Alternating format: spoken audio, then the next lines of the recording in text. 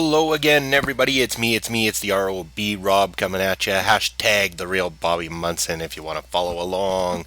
Yes, and we're here with another edition of Rob's Rockin' Wrestling. This one, it's the No Mercy wrap up. So just finished watching No Mercy 2017, and I want to give a few views on the show itself.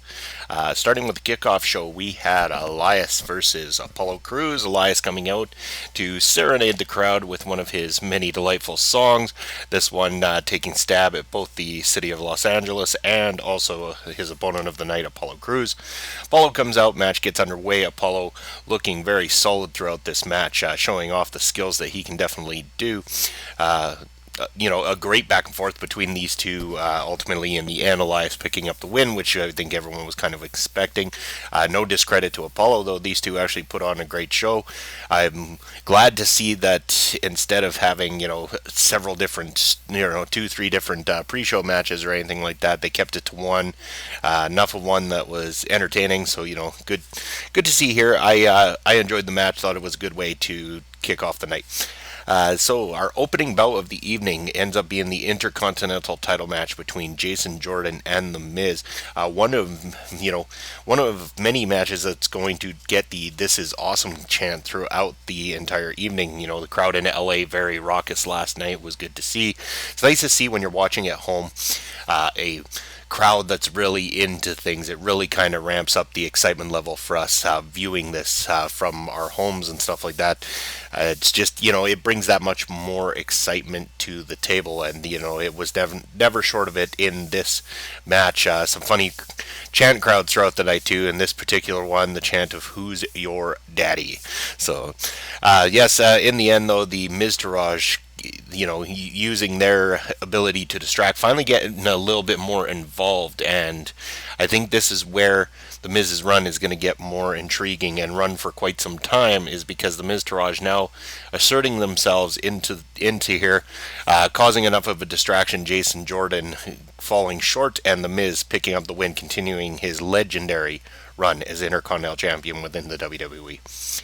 Up next, we had Finn Balor versus Bray Wyatt, a match that, I wasn't overly excited about, to be honest. I haven't loved the build-up with these two guys. It just seemed like it was kind of put together. It's like, oh, we got this, an interesting cult leader in Bray Wyatt. We've got the Balor Club and Finn Balor. Sometimes Balor comes out as the demon, one of those things where it makes sense to put the two together, but nothing's really come out of it that you can go, amazing, other than, maybe Bray Wyatt picking up the initial win on Raw. But this was technically, I guess, the next in their list of matches.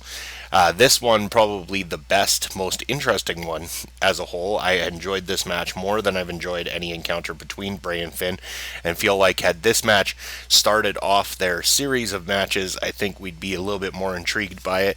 I think the build to this match in the last couple of weeks has been a little bit more interesting than it was previously, going into SummerSlam and anything like that. Not anything perfect, but it was good enough, and the match itself ended up exceeding my expectations, so I enjoyed this match. Up next, we had the WWE Raw Tag Team Champions Seth Rollins and Dean Ambrose defending against the Bar, Cesaro and Sheamus.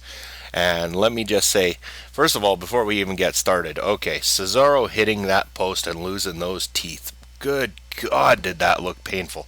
And I mean, it is. And we've seen wrestlers lose teeth in the ring before and everything like that. It does happen. But man, Cesaro bleeding like that, and kind of that look on his face afterwards when he opened his mouth, it was something to witness anyway. But Cesaro, tough as nails, keeps this match going. The ref has a quick check on him, make sure all is good.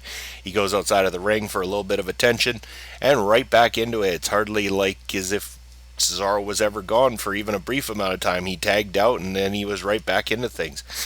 This match was a masterclass in tag team performances. We got on the other side, SmackDown. We've had some great encounters. In fact, at SummerSlam, even the best encounter between the New Day and the Usos.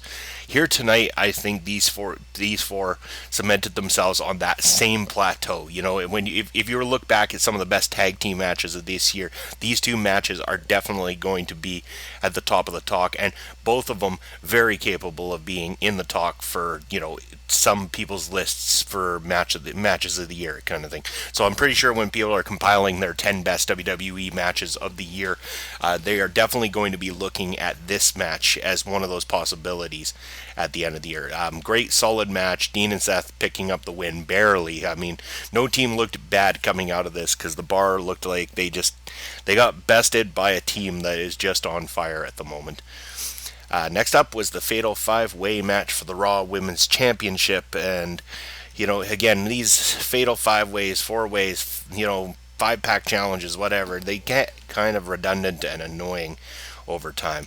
But credit to all 5 competitors involved for not letting up for even a second. This fast-paced match had me glued to it right from the start. It was great. Lots of back and forth. I loved the moment when Emma set up for that power bomb on the outside with Nia, and then everybody else chipped in and assured that it happened. And what a sick looking power bomb bump that was that Nia took there. A lot of great back and forth, teasing the Bailey and Sasha, dissension and stuff like that. Yeah, they're friends, but there is that little bit of dissension because they're still ultimately fighting for the same prize at the end of the day. So that was good to see that dynamic coming forward. There was no really bogus things about this match. It was nice. It was clean. It had some great moments. It really used Emma more than I think a lot of people were anticipating they would, which I think is going to only help Emma's run going forward. It's going to legitimize her a little bit. So yes, definitely a great match. Up next, John Cena versus Roman Reigns. Yes, folks, this one a very highly anticipated match, and there was so many different chants that occurred during this match. Chants of "you both suck," "let's go Cena" without the "Cena sucks" at the end of it. Lots of boos for Roman going on. I believe there was at one point a portion of the crowd chanting "this is boring" when they were doing some of their rest holds, but yet then they go back to "this is awesome" later in the match. I mean, I don't think fans could quite grasp what they wanted to think of this particular match. I'm not a huge fan of false finishes, especially when they come from big finishers.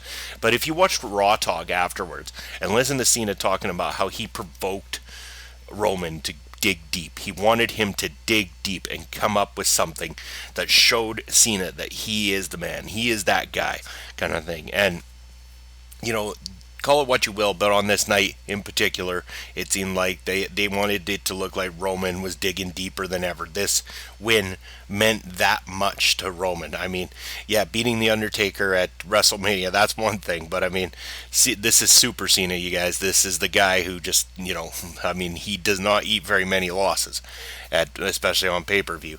And here he was taking a loss to the big dog, Roman Reigns. And, at one point I really liked Reigns' comment that he made while he was in the ring with, on the outside of the ring with Cena, I believe he said, we're no longer on the microphone anymore. So yeah, that was a nice little dig towards Cena. Roman picking up the big win here tonight. So on from there, we had Neville versus Enzo Amore, Cruiserweight Championship, and I bet a lot of people were pissed at the end of this match. And I could see why WWE chose to do it. I said it quite clearly in my predictions that obviously there's a lot of attention on Enzo now that he's on 205 Live. The guy obviously is a draw. I mean, they put him on 205 Live. You go look at WWE's YouTube account and look at the videos involving Enzo Amore on 205 Live, and in terms of views, they blow every other superstar on 205 Live out of the water. No disrespect to them or their talents inside the ring. But Amore, despite maybe not being the top dude inside the ring has created this atmosphere for him, very similar to guys like The Rock and stuff like that. And I don't get me wrong, I'm not putting Enzo Amore on The Rock's level, but what I mean is while The Rock was very talented in the ring, his best was when he was on a microphone. And that was what sold him, what made him a top guy. He made you believe he was the top guy. And, Enzo Amore using a little bit of the old Eddie Guerrero type tactic in his matches lately, actually, to begin with.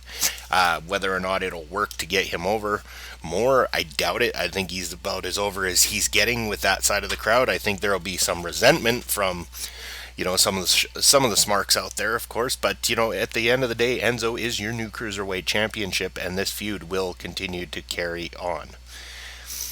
The final match of the night: Brock Lesnar versus Braun Strowman, and this was a heavy hitting affair between two of the biggest, baddest men on the planet currently.